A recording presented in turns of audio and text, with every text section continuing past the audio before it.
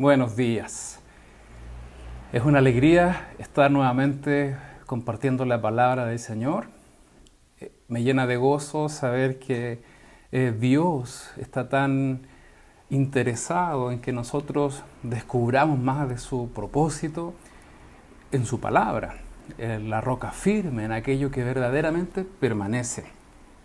Este mes es muy especial y no lo digo solo porque sea el mes de la patria, sino que también es porque los cristianos celebramos el mes de la Biblia. Pero aparte de esos dos potentes motivos, este mes es especial también porque estamos desarrollando un tema que tiene relación directa con cómo ser una iglesia misionera, una iglesia que abrace las misiones, una iglesia que todo lo que haga, lo haga proyectando su llamado para poder proclamar estas buenas nuevas de salvación. Ha sido muy interesante ver, por ejemplo, cómo ha reaccionado la iglesia al proyecto misionero de nuestros hermanos Sebastián y Pía junto a sus dos pequeñitos. Pero ¿será solo esa la forma en que la iglesia debe identificarse como una iglesia misionera?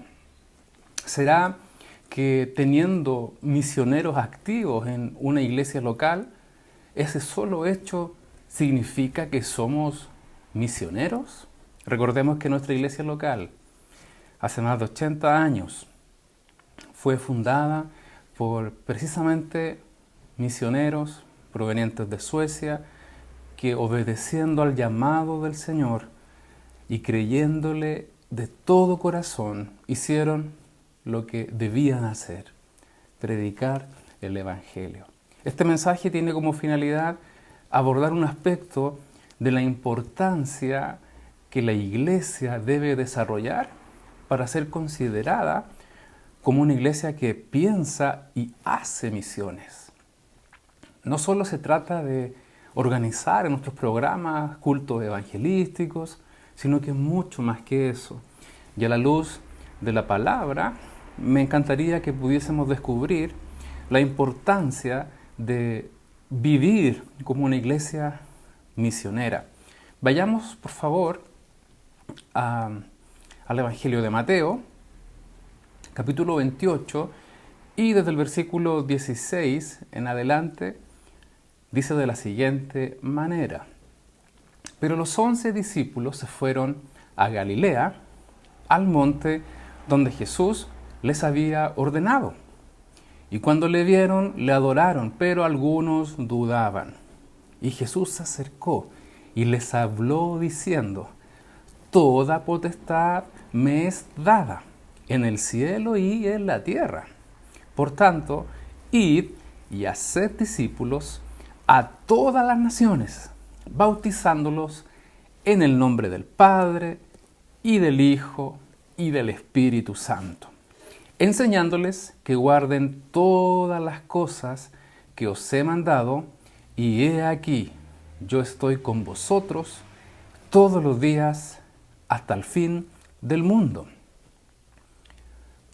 Ese relato obedece, como lo plantea Mateo, a la Gran Comisión, a este mandamiento que Jesús dejó a sus discípulos antes de ascender al cielo, y hay elementos ahí que me encantaría que pudiésemos descubrir, que pudiésemos destacar, para comprender de una mejor manera el hecho de querer ser o cómo ser una iglesia que piensa y que vive para las misiones. También otros evangelios hacen alusión directa a este mismo mandamiento que el Señor les da. Por ejemplo, Marcos, en el capítulo 16, señala desde el versículo 14 en adelante: finalmente se apareció a los 11 mismos, estando ellos sentados a la mesa, y les reprochó su incredulidad y dureza de corazón, porque no habían creído a los que le habían visto resucitado. Y les dijo, y aquí está: id por todo el mundo y predicad el Evangelio a toda criatura. El que creyere y fuere bautizado será salvo, mas el que no creyere será condenado. Y estas señales seguirán a los que creen. En mi nombre echarán fuera demonios, hablarán nuevas lenguas, tomarán en las manos serpientes, y si bebieren cosa mortífera, no les hará daño. Sobre los enfermos pondrán sus manos y sanarán. Y el Señor, después que les habló, fue recibido arriba en el cielo y se sentó a la diestra de Dios. Y ellos, saliendo, predicaron en todas partes, ayudándoles el Señor y confirmando la palabra con las señales que la seguían. Amén.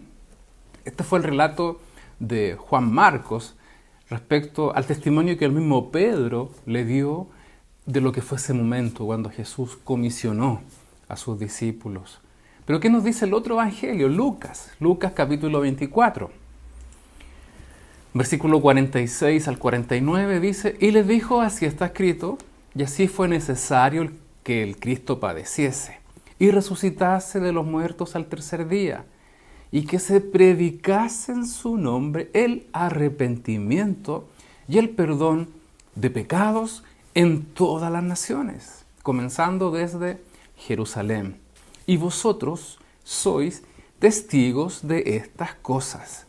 He aquí, yo enviaré la promesa de mi Padre sobre vosotros, pero quedaos vosotros en la ciudad de Jerusalén hasta que seáis investidos de poder desde lo alto. Lucas plantea otro orden respecto a esta gran comisión y da cierto énfasis a algunos aspectos que vamos a descubrir a continuación. Sabemos que Lucas escribió este evangelio, pero también escribió la epístola de los Hechos, este libro tan maravilloso que podemos ver el nacimiento de la iglesia en el Pentecostés, pero comienza precisamente con este mandamiento, con esta instrucción que el mismo Señor le da a sus discípulos. Vayamos, por ejemplo, a Hechos capítulo 1, desde el versículo 1 en adelante, dice: en el primer tratado, es decir, en el Evangelio de Lucas, o Teófilo, hablé acerca de todas las cosas que Jesús comenzó a hacer y a enseñar, hasta el día en que fue recibido arriba, después de haber dado mandamientos por el Espíritu Santo a los apóstoles que habían escogido, a quienes también, después de haber padecido, se presentó vivo, con muchas pruebas indubitables, apareciéndoseles durante 40 días y hablándoles acerca del reino de Dios. Qué maravilloso momento fue, me imagino que fue ese. El Señor capacitando a los suyos por 40 días. Versículo 4. Y estando juntos, les mandó que no se fueran de Jerusalén, sino que esperasen la promesa del Padre, la cual les dijo: oísteis de mí. Porque Juan ciertamente bautizó con agua, mas vosotros seréis bautizados con el Espíritu Santo dentro de no muchos días. Entonces, los que se habían reunido le preguntaron diciendo: Señor, ¿restaurarás el reino de Israel en este tiempo? Y les dijo: no os toca a vosotros saber los tiempos o las sazones que el Padre puso en su sola potestad, pero recibiréis poder cuando haya venido sobre vosotros el Espíritu Santo, y me seréis testigos en Jerusalén, en toda Judea, en Samaria y hasta lo último de la tierra. En estos pasajes paralelos que hemos leído del mismo episodio, el episodio cuando Jesús comisiona a sus discípulos, les da instrucciones para ir y predicar el Evangelio a toda criatura, a todas las naciones, hasta lo último de la tierra. Misma idea, pero dicha con expresiones o palabras distintas, según el contexto, según los destinatarios.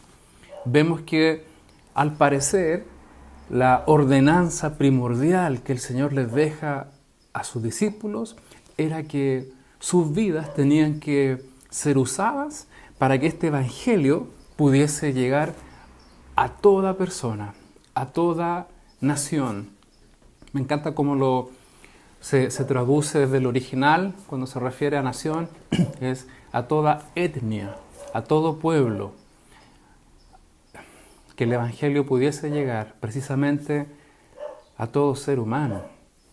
Es muy interesante saber que antes de partir el Señor deja una última enseñanza y mandamiento.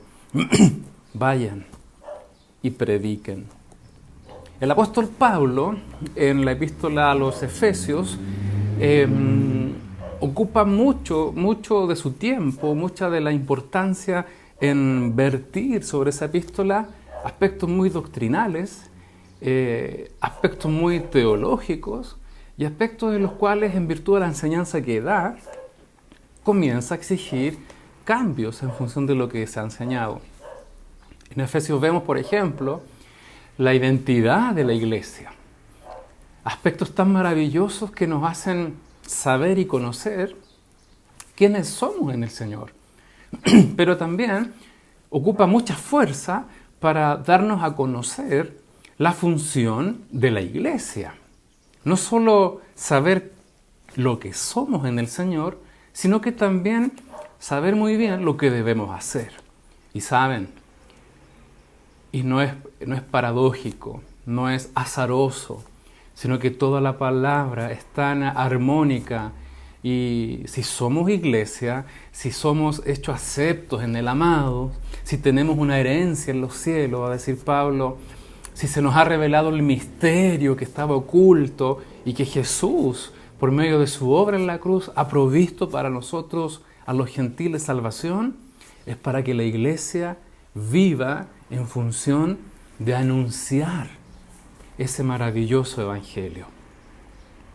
Se puede decir de otra manera, que si la iglesia hoy día no está desarrollando este aspecto de anunciar el evangelio, de ser una iglesia empapada en misiones, y llámese misiones a este hecho de anunciar las buenas nuevas. ¿Qué es lo que significa buenas nuevas? Bueno, en el griego es evangelio. ¿Y cuáles son esas buenas nuevas? Teológicamente, esa expresión evangelio, traducido a buenas nuevas, es que hay perdón de pecados. Y la razón de ser de la iglesia, porque somos un pueblo tan especial, tan amado, porque Dios nos ha capacitado con lo sobrenatural para poder gozarnos, porque nos ha dado una esperanza, porque ha puesto en nosotros de su espíritu, es para que podamos anunciar a otros este maravilloso evangelio. Y mucho me temo que al parecer esta acción que se espera de nosotros, este obedecer a la última instrucción de nuestro Señor, ir y predicar, está como un poco separado de nuestra vida de iglesia. Damos más énfasis, al parecer, a otros aspectos que desarrollan un servicio, un liderazgo, un ministerio. No, es que ahí está mi corazón y yo sirvo al Señor de esa manera. Por supuesto que es válido, pero ojo, la iglesia es lo que es para que cumpla un propósito. Y el propósito por excelencia, el propósito que se nos ha enseñado en la palabra, el propósito que vemos con tanta intención en la comisión final, en la gran comisión, en el último mandamiento de nuestro Señor, es que todos los que creamos en Él tenemos que anunciar su precioso evangelio. Queridos hermanos, se nos ha enseñado, se nos ha exhortado en estos domingos que seamos una iglesia misionera, no solo apoyando el proyecto específico, en particular, de la familia Gómez Salvador, Sebastián y Pía con sus 2 chiquitos, sino que también que cada uno de nosotros pueda ocupar su lugar en el cuerpo de Cristo, pueda acoger esta invitación amorosa, porque no es una obligación, es una invitación amorosa de abrir nuestra boca y compartir lo que el Señor ha hecho en nosotros con otros. Es anunciar que hay buenas de salvación. es contarle a otros que en este tiempo lleno de desesperanza hay esperanza. ¿Qué mejor oportunidad para ocupar en esta pandemia un mensaje que aliente a las personas, a nuestros amigos, a quienes no conocen al Señor, y los aliente con una esperanza viva?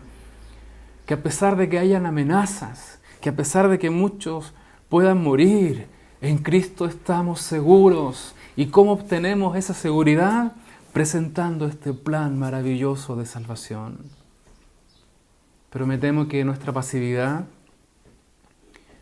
ha mermado, ha carcomido el sentido de urgencia por el cual este mandamiento fue impuesto, fue dado a sus discípulos. Dicho de otra manera, la iglesia en este tiempo no tiene otra opción que ser una iglesia evangelística. No tiene otra opción que ser una iglesia misionera.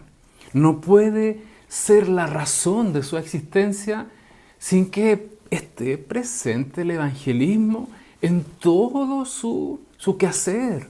Y no solo en cultos especiales, no solo en actividades específicas o proyectos específicos, sino que la esencia misma de lo que usted y yo somos, que podamos compartir con otros. Apenas tengamos la oportunidad o inventamos la forma de tener esa oportunidad para compartir a otros de nuestro Señor. Que el Señor nos ayude. Miren, si podemos hacer un resumen de todo lo que hemos leído hasta ahora, de Mateo, Marcos, Lucas y Hechos, vamos a descubrir que hay algunos términos que son repetitivos, que son anunciados por cada uno de estos autores. Por ejemplo, Mateo, que se escribió más o menos entre el 60 y 65 después de Cristo, señala que esta gran comisión, este gran mandamiento, el Señor lo dio en un monte. Hay palabras que ponen mucho énfasis, por ejemplo, en el versículo 18 de Mateo 28 señala toda potestad. También señala que se dijo que teníamos que ir, hacer discípulos, todas las naciones, bautizándolos, enseñándoles, y yo estoy con vosotros. Ese es el resumen, según Mateo, de esta gran comisión. Marcos, que fue escrito antes que Mateo, entre el 55 y 65, señala los siguientes conceptos en función de este gran mandamiento. Id, predicad, el que creyere será salvo, el que no creyere será condenado. Habla de las señales, saliendo, predicando y ayudándoles el Señor. Miren qué interesante. Lucas, entre el año 60 aproximadamente, menciona los siguientes conceptos. Se predicase el arrepentimiento, perdón de pecados, ahí está el Evangelio, todas las naciones, ustedes son testigos, yo enviaré la promesa, quedaos hasta que poder de lo alto.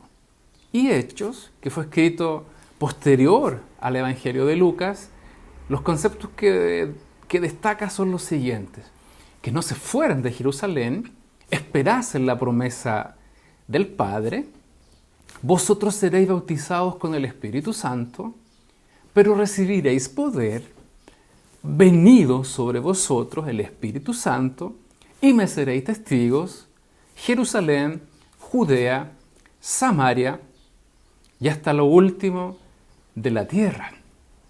Es muy interesante ver cómo algunos conceptos se repiten, claro, porque en la misma escena tiene un énfasis distinto, porque va principalmente direccionado a un público en particular. Hay una intención que el autor pone en dar cierto énfasis, pero si vemos este conjunto de instrucciones, es prácticamente lo mismo, la misma idea. Hay una armonía en los evangelios y en lo que Hechos señala respecto de este gran mandamiento.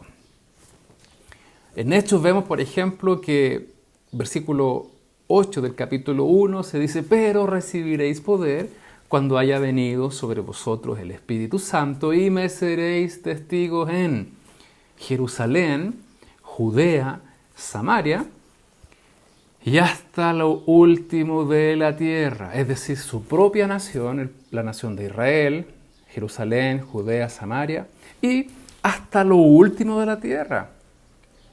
Y muchos de nosotros podíamos decir ahora en el mes de la patria, lo último de la tierra es Chile, pues, ahí en el último lugar del mundo, en el rincón, casi cayéndose del mapa, ahí está nuestra amada nación.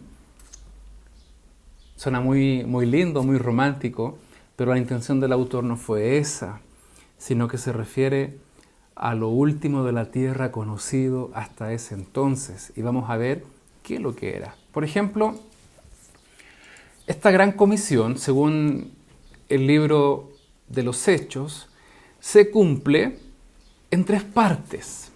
Es decir, los discípulos obedecieron y avanzaron en función del mandamiento que el Señor les dio. Después que recibieron el Santo Espíritu, que capacita, que llena de poder y que nos da esa herramienta para poder ejercer con autoridad la predicación de la palabra del Señor, y dicho sea de paso, por eso necesitamos tanto el Espíritu Santo en este tiempo, para poder anunciar el Evangelio. Dios eleva con una alta demanda sobre cada uno de nosotros la función que la iglesia debe ejercer.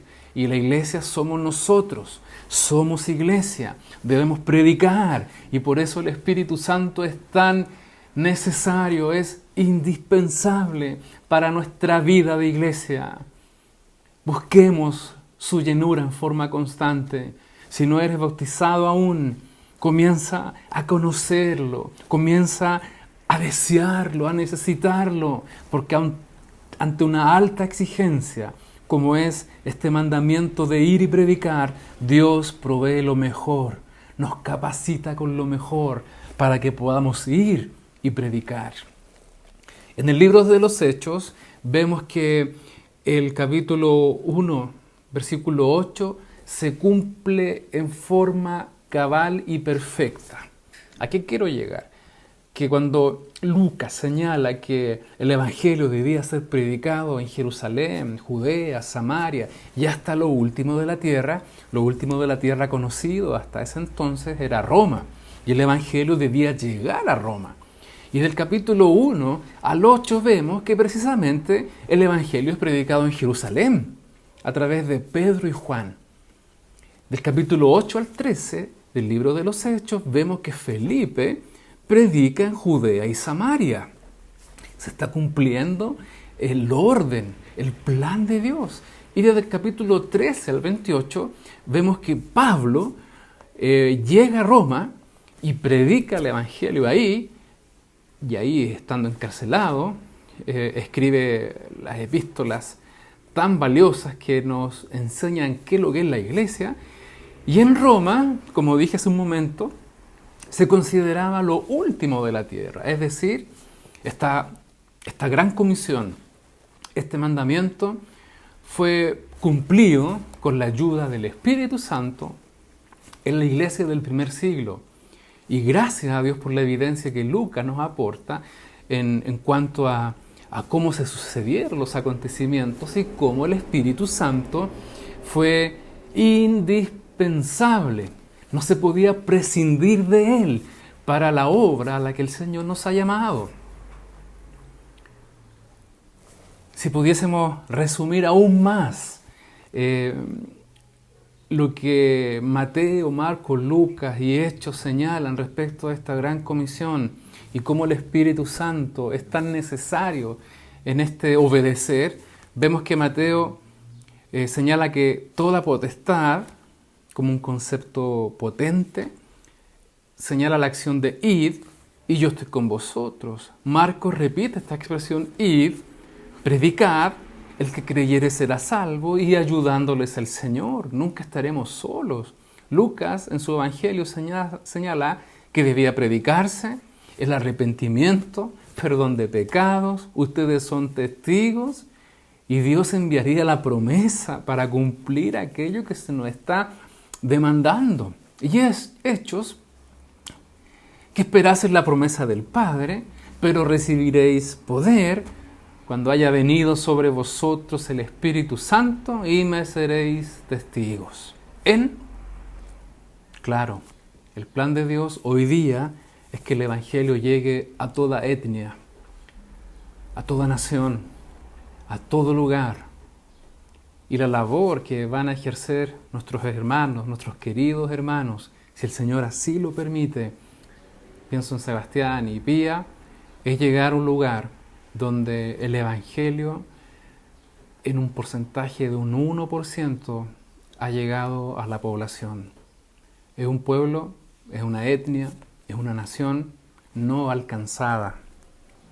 Pero nosotros, ese nivel de urgencia, ese nivel de exigencia para que cumplamos este llamado del Señor, no debe descansar en lo que puedan hacer otros.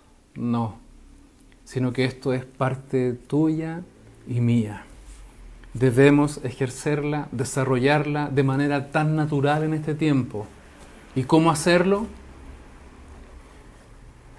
El Espíritu Santo. ¿Cuánto le necesitamos? ¿Cuánto le necesitamos? En la semana tuve el privilegio de visitar a un matrimonio que está pasando por un tiempo muy difícil, con enfermedad, no son cristianos. Una persona en la iglesia me pidió que les visitase porque han habido en su familia muertes y eso ha traído mucha tristeza, mucha desesperanza y ha traído también el no querer pensar en el mañana. Es una situación muy triste. Claro, con la ayuda del Señor pude estar con ellos, pude escucharles, pude enseñarles lo que Dios quiere para sus vidas. Oramos, fue un momento bonito, un momento que agradezco tanto al Señor, pero yo sabía que faltaba algo, porque la primera oración que hicimos fue por fortaleza, hacerles saber que todo aquel que se acerca al Señor no será desechado, despertar esta fe genuina por medio de la gracia que el Espíritu Santo da solamente cuando se comparte la palabra, para que fuese una tierra fértil, para que el Evangelio fuese anunciado. Perfectamente pude haberme ido, haber cumplido, pero yo sé que faltaba algo. Y les dije, saben, tenemos que orar nuevamente, pero yo no sé si ustedes han rendido sus vidas al Señor. ¿Y qué es lo que es eso? Claro, y ahí tuvimos otro tiempo donde pudimos descubrir este maravilloso plan de salvación. ¿Qué significa creer en Dios? ¿Qué significa abrir la puerta de nuestro corazón? Que es algo tan metafórico, pero ¿cómo se lleva a la práctica? Porque me preguntaban, yo quiero creer, ¿cómo lo hago? Y qué maravilloso es que esto que se nos ha enseñado se aterriza, se vive y se planta un desafío tremendo de conocer y vivir una nueva relación con el Señor. ¿Ustedes creen en Dios? Claro que creemos a Dios, pero eso es muy distinto que creerle a Dios. Presentar a un Señor tan cercano, presentar a un Dios que les ama y que está atento y que está disponible, que no está lejano. Y eso por medio del Evangelio, esa tarde de esta semana, trajo salvación. Y 2 nuevos hermanos tenemos en esta semana. Queridos hermanos, hagamos de esta gran comisión no una opción. Hagamos de este gran mandamiento nuestro pilar que marque un norte para el tiempo que nos toque vivir como iglesia. Sí, que no podamos desconectarnos de esta última exigencia, de este último mandamiento que el Señor nos dio de ir y predicar, de servir a la iglesia también de una manera personal, cuando no vamos a los cultos, sino que cuando somos iglesia en la semana y compartir a otros la palabra del Señor. Para concluir, vayamos a Romanos capítulo 10, versículos 14 y 15. ¿Cómo pues invocarán a aquel en el cual no han creído? ¿Y cómo creerán en aquel de quien no han oído? ¿Y cómo oirán sin haber quien les predique? ¿Y cómo predicarán si no fueren enviados? Como está escrito, cuán hermosos son los pies de los que anuncian la paz, de los que anuncian buenas nuevas. Es maravilloso cómo Pablo aquí presenta una progresión, un desarrollo de ideas que va de menos a más, pero lo invierte. Es decir, modifica el orden de los resultados para llegar a una acción inicial. Yo creo que mejor lo vemos de esta manera. Vemos, por ejemplo, que Dios envía a sus discípulos. Estamos viendo el desarrollo progresivo, pero de manera inversa. Sus discípulos predican. Cuando se predica, y estamos pensando en la predicación del Evangelio, el verdadero Evangelio. ¿Y qué significa Evangelio? Buenas nuevas. ¿Y cuáles son las buenas nuevas? Que hay perdón de pecados en Cristo Jesús. La gente oye. Y es maravilloso porque cuando la gente oye, creen. Aleluya. Marcos 16 señala ahí de predicar. Y a los que creen, bautícenlos, enséñenlos. Háganlos discípulos. ¿Saben? Muchas veces uno de los prejuicios o paradigmas por el cual no predicamos es porque no nos van a creer. Es tal vez miedo al rechazo. Sí, puede ser. Pero tal vez de las 10 personas que les prediquemos, algunos sí van a creer. La Biblia nos dice que todos van a creer. No.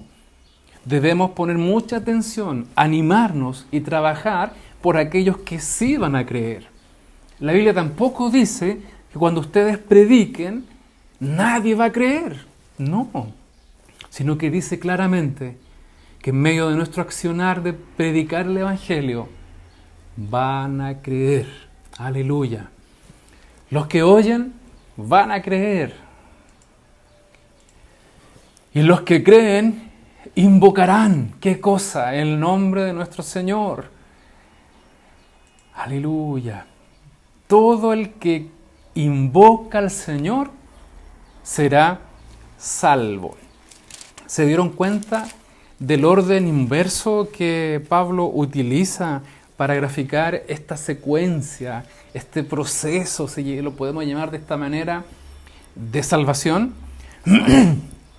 Versículo 13 dice, porque todo aquel que invocare el nombre del Señor será salvo. Es decir, lo que está al final de este cuadrito, de este pequeño gráfico. Después el 14, ¿cómo pues invocarán a aquel no han creído? Aquí están los que creen, invocan, y los que oyen van a creer. ¿Y cómo creerán en aquel que no han oído? Aquí estamos en la parte donde la gente tiene que oír. ¿Y cómo van a oír sin haber quien les prediquen? ¿Y quién tiene que predicar? Somos nosotros, sus discípulos. ¿Y cómo van a predicar si no son enviados? Por supuesto. Es un orden, es un cronograma lleno de orden, de contenido, y que depende necesariamente del factor que le precede. Son dependientes entre sí, son absolutamente necesarios para el desarrollo de esta correcta misión. Vemos un orden muy claro, vemos etapas que se relacionan y dependen entre sí, y que comienza con el enviar por parte de Dios a sus discípulos, que concluye con todo aquel que invoca al Señor será salvo. ¿Qué pasaría si sacáramos un factor de este cronograma, de este diagrama, respecto del resultado final? Lo alteraría. Por ejemplo, si consideramos que la acción de Dios, a esa acción que no podemos atribuirnos nosotros, sino que solo Dios puede hacer, y esa se refleja cuando la gente escucha el mensaje. ¿Qué es lo que produce eso? Que se despierta la fe, que comienzan a creer, y esa es una acción que Dios tiene disponible para todos aquellos que con un corazón sincero quieran recibir la palabra. Estos que oyen van a creer, y los que creen van a invocar. No como algo preparado, sino que es una acción directa de Dios que viene con el creer. Y los que invocan según la palabra del Señor, los que reconocen su condición, los que necesitan perdón de pecados y ven en Cristo Jesús esa obra maravillosa, van a experimentar la salvación. Vemos que Dios envía. Dios tiene una función, un accionar claro, que Él es quien envía. Que producto de la predicación de sus discípulos la gente va a oír, va a creer, va a invocar y va a ser salvo. Solo hay un elemento de este diagrama que si lo sacamos se cae todo lo demás. Y es si sus discípulos predican. Si sacamos este elemento del proceso tan maravilloso, tan dependiente entre sí, de anunciar el plan de salvación, la gente no va a oír. Si la gente no oye, no van a creer. Si los que no van a creer tampoco van a invocar. Y si los que no van a invocar no van a experimentar la salvación que Dios ha provisto. Dios quiere enviar. Dios constantemente está capacitándonos para que cumplamos esta gran comisión. Está en su corazón. Dios no ha cambiado. El plan de Dios es que todos se salven. Por eso vino el Señor a morir. Y nosotros como iglesia sí que tenemos una responsabilidad. Sí que tenemos que ser parte clave en este proceso que Dios ha diseñado. No lo pueden hacer los ángeles, no lo pueden hacer los seres celestiales, lo deben hacer los redimidos, los que han sido salvos, porque ellos dan testimonio, nosotros somos los que damos testimonio de que esto es así. Prediquemos a tiempo y fuera de tiempo, de lo demás se encargará el Señor. Dios es fiel. Queridos hermanos, querida iglesia, prediquemos con más fuerza este maravilloso evangelio. Seamos iglesia con todo lo que ello implica, con su identidad, pero también conociendo y valorando su propósito, sabiendo que Dios en este tiempo quiere usarnos para su gloria. Amado Señor, gracias porque tu palabra nos desafía. Señor, y ruego que tu Santo Espíritu pueda provocar en nosotros esta necesidad de anhelarlo, de buscarlo, de sumergirnos en esta experiencia maravillosa del bautismo para quienes no han sido bautizados en el Espíritu Santo, pero también de una llenura constante, sabiendo que el Espíritu Santo fue prometido, ha sido preparado para nosotros, no para tenerlo como una linda experiencia, sino para ser transformados y para ser usados con autoridad en este tiempo donde tú estás enviando, donde tú quieres capacitarnos, donde tú quieres cumplir en tu iglesia, Señor, este maravilloso propósito de plantar la bandera de Jesucristo como aquel que vive, reina y volverá, y como esa bandera que trae esperanza en medio de una sociedad tan abrumada. Dios, gracias, porque tu palabra permanece para siempre. Gracias, por aquellos que han de creer. Gracias por mis hermanos que serán motivados con denuedo, con valentía para predicar de tu palabra. Gracias, Señor, yo te doy por aquellos nuevos hermanos que veremos cuando volvamos a nuestros cultos. Gracias porque en estos 6 meses no solo has trabajado con nosotros, no solo nos has estado preparando, Señor, sino que estás añadiendo día tras día, semana tras semana, a nuevos hermanos a la iglesia. Y eso es obra tuya. Te alabamos, Señor. Glorificamos tu santo y bendito nombre. Amén. Amén. Que el Señor les bendiga, queridos hermanos.